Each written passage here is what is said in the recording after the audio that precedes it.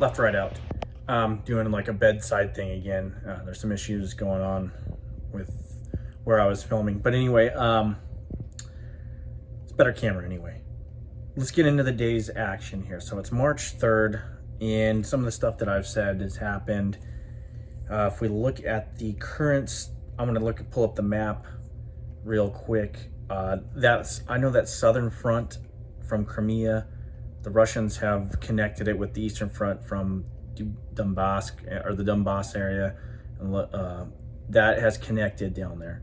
I know they've amassed some naval forces there. There's some interesting videos on that. They have, not quite a flotilla, but pretty good sized naval force. I think they've actually taken some cities down there.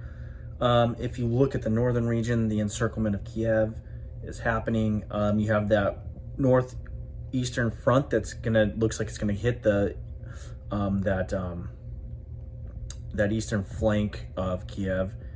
Like I've said in my last video, if I was Ukrainians, I'd be, harassing the lines, starting guerrilla war, or setting up for a guerrilla warfare campaign within the city. I would suck the units in. But if I was Russia here, I'll give you that, because I'm, granted, I've been over there in Ukraine. I have sympathies for the people there, but there's no, you can only blame the aggressor on here, the Russians. But there's doesn't mean there's good.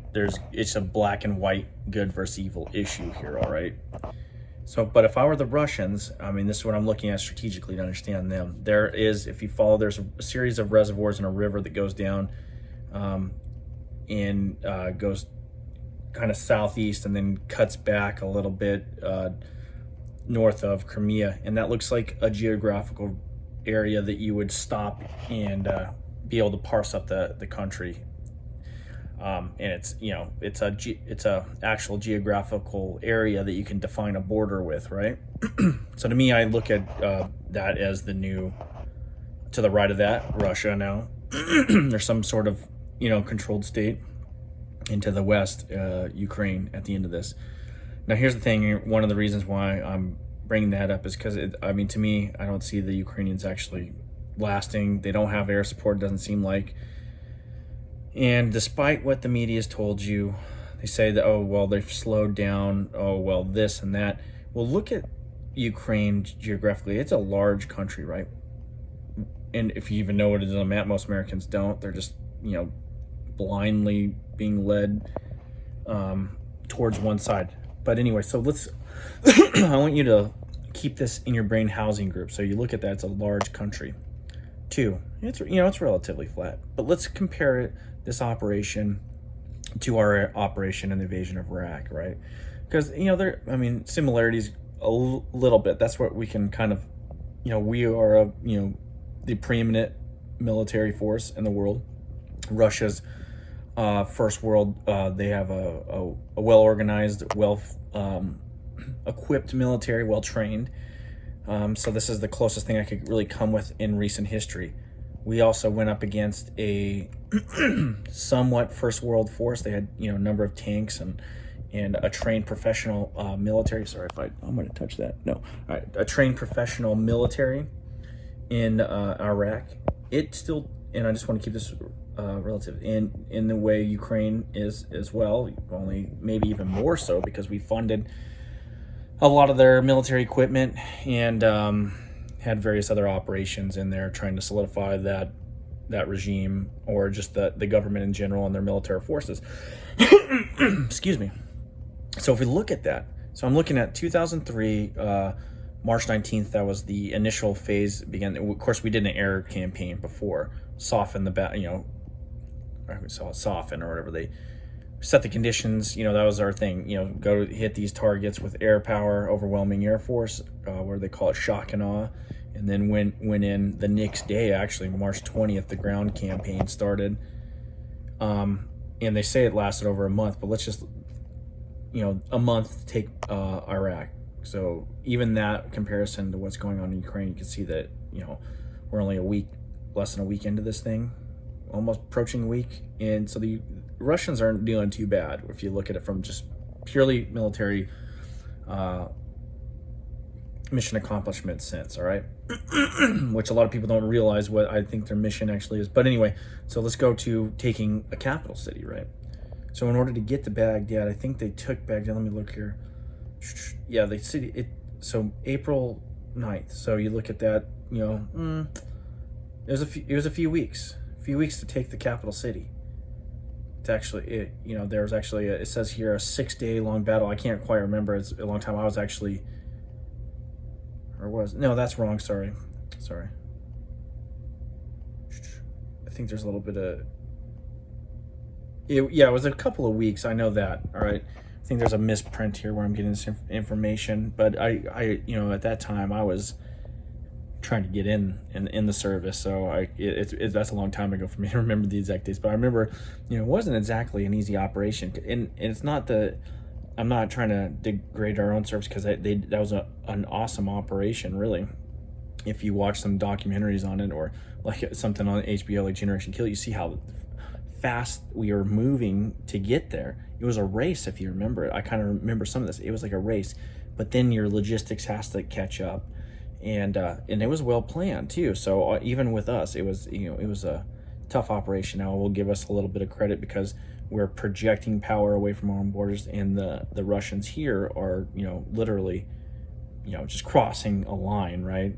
but don't let the media tell you that they're just getting stalled out on this is not as easy as they thought it was. I think that they're right in line, if not currently getting to where they're at right now, ahead of schedule, because you just think about that kind of you relate that to other operations, and then you also take into the account that over there, movement of vehicles I think is a little bit easier. I mean, X out logistics, just because you don't have to deal with in Ukraine right now. It's like I said, it's more like a Midwest place. So you can get, if you get some warm days on some that, you get some really soggy, that little bit of hard ground turns soft, so you can have some interesting, troubles moving armor and these larger tracked vehicles. So, I mean, from a military perspective, you have to give them credit for where they're at. They've made some pretty amazing inroads, and I'd imagine our military leadership, if they're this is a good learning opportunity to see their capabilities. Granted, I think Russians are using some of their outdated equipment as well. We haven't seen the real big guns, but you can actually see their tactics, and we need to learn from this. At least coming from a first world nation's army in operation against another. I'd consider Ukraine a first world country, or relatively speaking, with contemporary or modern weapons of war. On the other side of things, I was talking about air support, and the Ukraine's not having it. Well, they've been able to utilize, from my knowledge, drone strikes, and I don't know why those drone strikes aren't hitting like that convoy that's coming down from the north. They have Turkey's given them a number of pretty sophisticated drones that could really at least stop them and interdict some of these forces coming down there, and really put a hamper on the Russian movement, stymie them a little bit. And by time is everything at this moment. Why you prepare for this? But I mean, just being realistically, I look at that. I look at the Russians taking the eastern part of this country and divvying this country up into two pieces. The western part of it, west of that river system, that reservoir river system, Ukraine, and east of it's going to be some kind of Russian state of some sort. But if you ask me, it looks like that southern campaign of the Russians seems to be the most effective, and they are, when it comes to occupying landmass and taking cities.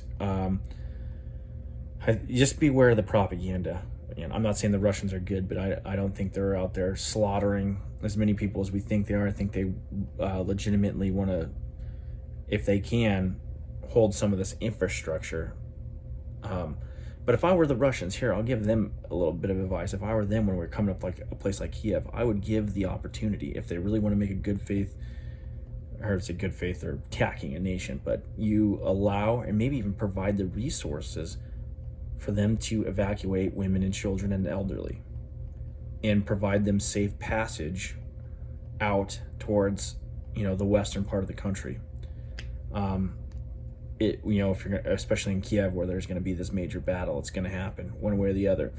And if you have an opportunity as a nation, if you're truly doing this for the right reasons, which, I mean, war against anybody is never, it's hardly ever for the right reasons, especially from the aggressor side.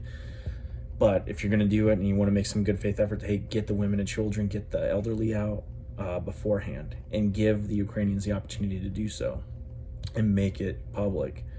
But I don't know if that will happen, because we're, you know, like I said, both sides have their own agendas. There's a lot of propaganda out there, and it's really hard. I can only look at what I see here. Now, the interesting thing I think I brought up yesterday was some of this bioweapons lab stuff that the U.S. is funding, and some of that has been scrubbed off the State Department website, but there is people that have screenshotted it, got the Wayback Machine, they have the documents. There's even an interesting report detailing the operations of U.S. labs over there. But if you look at the overlay, if you look at the U.S. labs that are there, and it looks like the Russians will have controlled, or they should be in control, or at least the territory that we've seen them advance to is encompassing at least 2/3 of these labs. So you wonder what they've got, or if they've secured it, because some of this stuff is pretty nasty stuff that they have in there, like some kind of hemorrhagic fever. But these were operating, I'll give you this, and like I said, I'll probably go into this a little bit deeper later, but it's the Defense Threat Reduction Agency, and they funded these things with the through the DoD in order to, I guess, analyze certain threats, biological threats. But they also did some testing on some Ukrainian soldiers or whatnot. But anyway, a lot of different contracts. I don't want to get into it right now because I want to keep this a little bit short. We'll go into this later. I got some of these documents pulled up. But if you look at the map where these things were located, if you can go back on the Wayback Machine or find somebody that's screenshotted or pulled these documents off, it looks like the Russians should be in control of 2/3 of them at least, because there's some in the western part of Ukraine that are not necessarily there, and you just wonder what the hell's going on. But that there's some other underlying circumstances here. The other thing I want to address is the war hawks. Okay, I think I mentioned Mark Levin here, but yesterday I was listening to Sean Hannity, and his thing was he pretty much wants to go to war, and I understand his thing. He wants to save people, and that's what I want to do too. And I want to especially get men, women, and children, and the elderly out of there. And I would like this to stop. But starting a world war is not the way to do it. And he said, well, for once I actually agreed with Bill O'Reilly for a second. But what was it? He said he'd do SPEC operations or covert operations, plausible deniability into Russia and in the area. I was sitting there like, well, are you serious? What if they get caught? What if they get hit? It's not just as easy going into these third world countries doing ops like that. You're going into a sophisticated nation running off. What happens if we've had that happen running ops in the Pakistan, where you lose a helicopter and they can tack that back to us? You inadvertently start a war one way or the other.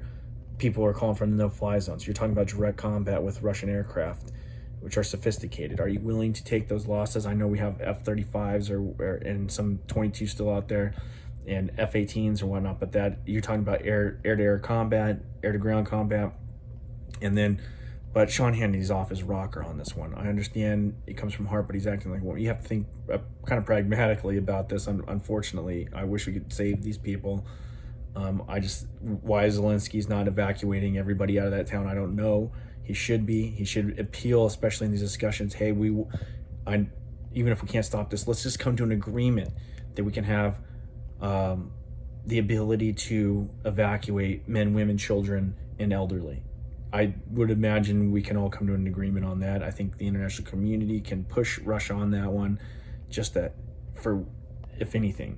But Sean Hannity, like I was saying, he's lost his rocker. These guys have never smelled a war that they haven't wanted, and now it's not like picking a fight with somebody like Iraq or Syria, even. It is or some terrorist organization. We're talking about a country that has the largest piling of nuclear weapons, that has a sophisticated military force, that has the capabilities to project power, that has the capabilities to counteract or to counter even our carriers with hypersonic missiles that we can't stop. Granted, I think that I mean, obviously we'd win, but this would be the bloodiest war you've ever seen, probably it might even be history. It's another world war. And to think that Sean Hannity is willing to do that, to lay that on the line, is absolutely crazy. I don't think Trump would have done that, and I think that Trump would have done things in the beginning that wouldn't have allowed this to happen, so we wouldn't have had to even talk about getting into a hot war. But there's other things underlying this, so I'm giving you a surface level. I'm just telling you, don't listen to these there's a propaganda campaign going on, especially on Fox News and Western media, and the same is going on from the East. But if you look at both sides and you realize that in some of the objective, or what you can discern, you realize that there's more to this, and that this battle, and as much as I want to be there, there's a history there in Ukraine from our perspective as well, and you can kind of see Russia's side, and then you can see our side, and you realize that, hey, everybody has a glass house here, and there's plenty of rocks to be thrown. All right, so I just want the most advantageous situation to unveil at this point. Like I said, somehow we can get peace there, but don't fall into the war hawk propaganda. And sometimes I like Sean Hannity, but he's off base he doesn't understand basic economic principles.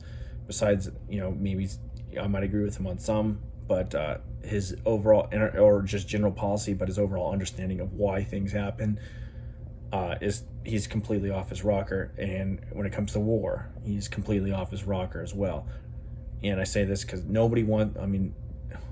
know the military will do whatever they do. I don't care if it's a suicide mission in this. You tell our boys to go over there, they're going to go over there and they're going to slay bodies, all right? But you shouldn't be so haphazardly willing to do so. There's too many good men in there, and we need to choose our battles a little more with a little more discretion, all right? Especially when we're facing such an adversary. I guess I'll leave it there. There's a lot to be said, and I haven't even gotten into economic stuff, or what Jen Psaki said today, which was really stupid. And the fact that here, our oil reserves, using our oil reserves, like somehow that's going to bring down the price of gas. You're literally there. I think they said 60 million barrels, which I believe is like 3 days supply. It has a very minimal effect. I mean, it will have an effect. You're increasing supply in the short run, but you're not increasing overall production. So it's a fire in the pan. Plus, what else was I going to say? Plus, you're depleting our strategic oil reserves, which is we'll need if we ever get into any kind of military conflict. That's the whole point of them being there, and we're using them now. I guess you can consider economic warfare of a sorts, because this has to do with the crisis, but that is there for operations if we get into an actual war. And depleting them now is not necessarily the most strategic thing to do for political gain. But anyway, peace. I'll talk to you later.